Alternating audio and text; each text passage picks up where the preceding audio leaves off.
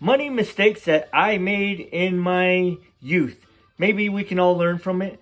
Hi, I'm the Frugal Cyborg MR3. In this part of the channel, we talk about frugal living, saving money, and budgeting. So if you like this video, then give it a thumbs up, subscribe, and share these videos. Okay, some of the money mistakes I made when I was younger. Have you ever heard that saying, listen to everyone or listen to no one and maybe you'll go broke, or maybe it's something like that. But if you listen to no one, guess what? You'll probably go broke. And if you listen to everyone, you'll go broke. Why? Because if you listen to everyone, they're going to tell you to buy a new car, get a new house, and they're going to give you millions of ideas of how you can spend your money. Maybe some of them are beneficial, but if you're listening to everybody, then you're going to take everyone's advice and you're going to go broke. But if you don't listen to no one and you go off your own money thoughts, then maybe if you don't know anything about money and you never read a book or never heard any audios, then you might go broke. But that was my problem. I was listening to no one. I always said, this is my money. I'm going to do with it what I want. No one can tell me how to spend my money every time I got paid. And guess what? That money that I had back then, I don't have it anymore. Not even a part of it. Because I always looked into my savings account after I opened my bank account, and it would go up, it would go down. It would go up, it would go empty. But that was me not listening to anybody, not my parents. Well, that's pretty much all that would talk to me about money. But then I would listen to friends, and they would teach me how to go broke. So I was doing both of that, if you think about it. I was listening to everybody. I was buying CDs, caps, clothes, cologne. So my money would come and it would go. And I moved out with my sister when we were younger, and we ended up partying, and our money was going, and my money and my savings never grew.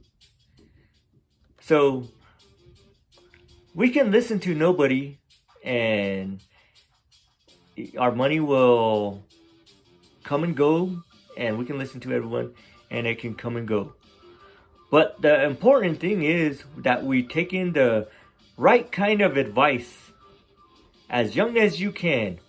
Whether you're in your teens, whether you're in your 20s, 30s, whenever you're starting to save up money, we can always learn from where we're at.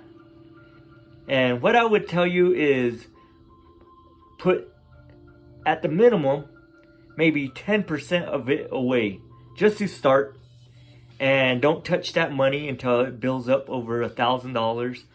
Maybe after that, keep going, because it'll motivate you.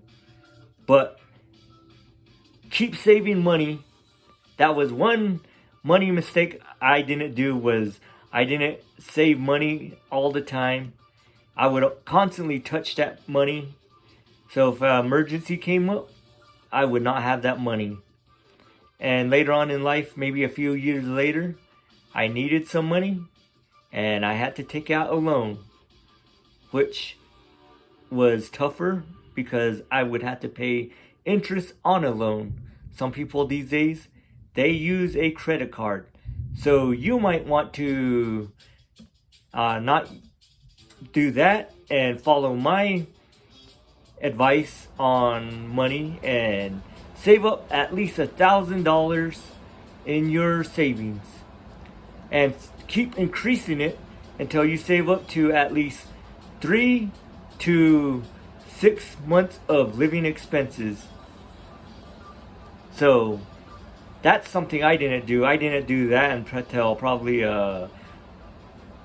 maybe when I was in my mid-20s. I saved up at least $3,000, because when I would do my taxes, I would put it into my savings account, and the rest of it was building up throughout the year, and that's how I built up $3,000. But use money advice from people that actually have money, Don't take advice from somebody that is broke or that is asking you about money. Never take advice from someone that says, oh, I should start saving up money or stuff like that. Take money advice from people that you know that have money, that maybe they're struggling but they're still saving up money, they're doing the right things. Maybe take money advice from your parents if they're doing good. Maybe take money advice from YouTubers. Maybe take money advice from reading books or listen to an audiobook. But whatever you do, take money advice from people who have money. And that's one thing I started doing later on in life, but when I was younger, I would have all these temptations. There are money temptations. I had CDs, I had protein powders, I had weights, and there were so many other temptations. Bodybuilding magazines. A lot of this I didn't really need. Nowadays I'm doing body weight exercises. I didn't know you could build muscle like that, but that could have saved me a bunch of money. Now I'm doing what I preach and I teach it to you. So if you're younger or maybe you're just starting out a frugal living journey, then maybe you would want to start by saving up some money, stashing some of that away right now. That's the first thing. Maybe 10%, 20%. What you can do, it doesn't matter. Most people, they argue about, I can't do this, I can't do that. But it's more important to save up at least $1,000 as fast as you can, whether you sell stuff or maybe you take a side hustle or side job, so you can start building up that bad boy fast. And that's one mistake I didn't do in my youth. I should have done it, and I should have started reading. Well, the first book I started reading was maybe a couple years after, maybe when I turned 20, which was Finances for Dummies. It was at that Hastings bookstore back in the day. They had a bookstore called Hastings, but that's where I got some of my knowledge from. Then I started listening to people wiser than myself. Well, that's a lot of people, so, but I made sure they had money, and one of my friends had a huge amount of money in his savings because he got sick maybe years after, and he took maybe 4 to 6 months off because of that. Maybe it was less than that, but I'm just guessing. But he had that money to survive off of, him and his wife and their kids. So I would say do that. Listen to people. Maybe your parents are good. Maybe they're good at paying bills. Maybe they're good at saving money. Maybe they don't owe money on their vehicle because they're not making payments. But whatever you do, guys, that's probably some of the biggest ones I made. Try to stay away from stuff that, like the wants.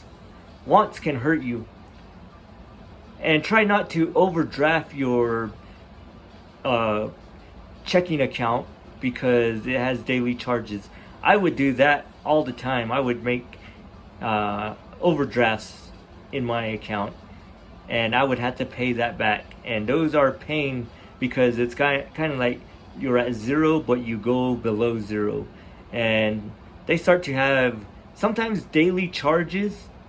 Sometimes it's monthly charges, weekly charges. I don't know, depending on your bank or credit union. But try not to go into negatives because that can hurt you if you don't pay it off fast. And that's one mistake I made when I was younger. So just try to stay at least zero and above.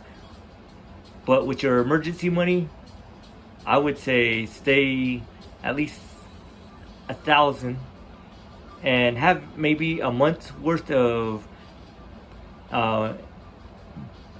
living expenses in your budget buffer as well. Maybe start that after you build up your 3 to 6 months of living expenses. Start a budget buffer. I'm glad I learned about that because it helps me a lot now. So if you're younger than, or you're just starting out, maybe work on your 3 to 6 months of living expenses. Then maybe start a 1 month budget buffer. Then you can probably work to 2 to 3 months. That's what I have right now. But just try doing that, and you should be fine. And the budget buffer is just 1 to 3 months of living expenses in your checking account. But you try not to touch that. But if you needed to touch it, it's right there, so you don't have to touch your emergency funds. But those are some of my money mistakes I didn't have. I was more into wanting, kind of like some of the celebrities do these days. They buy stuff, but they don't really have the money to live off of.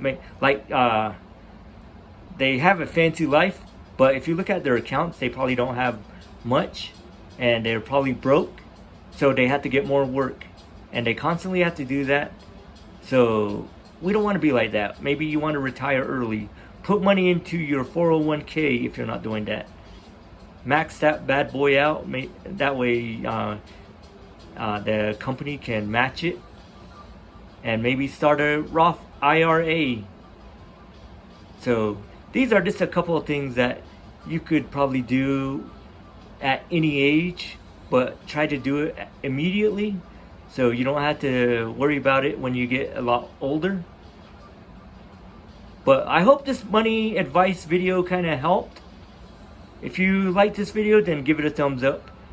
I'm the Frugal Cyborg MR3, and everybody, stay frugal, my friends.